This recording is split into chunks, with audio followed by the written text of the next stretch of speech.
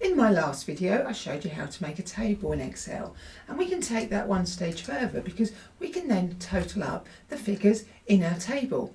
And we're going to do that using a total row. Let me show you. So here's our data. It's a table already. I'm going to use the shortcut key, Control, Shift and T.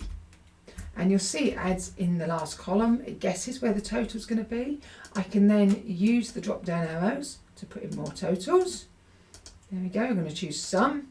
And I can also do a count. So where I've got the word total, I'm actually going to click on the drop down and I'm going to change that to count.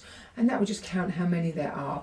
And the real advantage of this is when I do a filter, so if I was to just filter here, and I'm going to do begins with B, choose OK, the total then adjusts to the filter.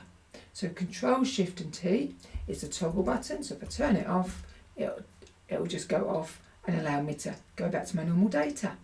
Give that one a go.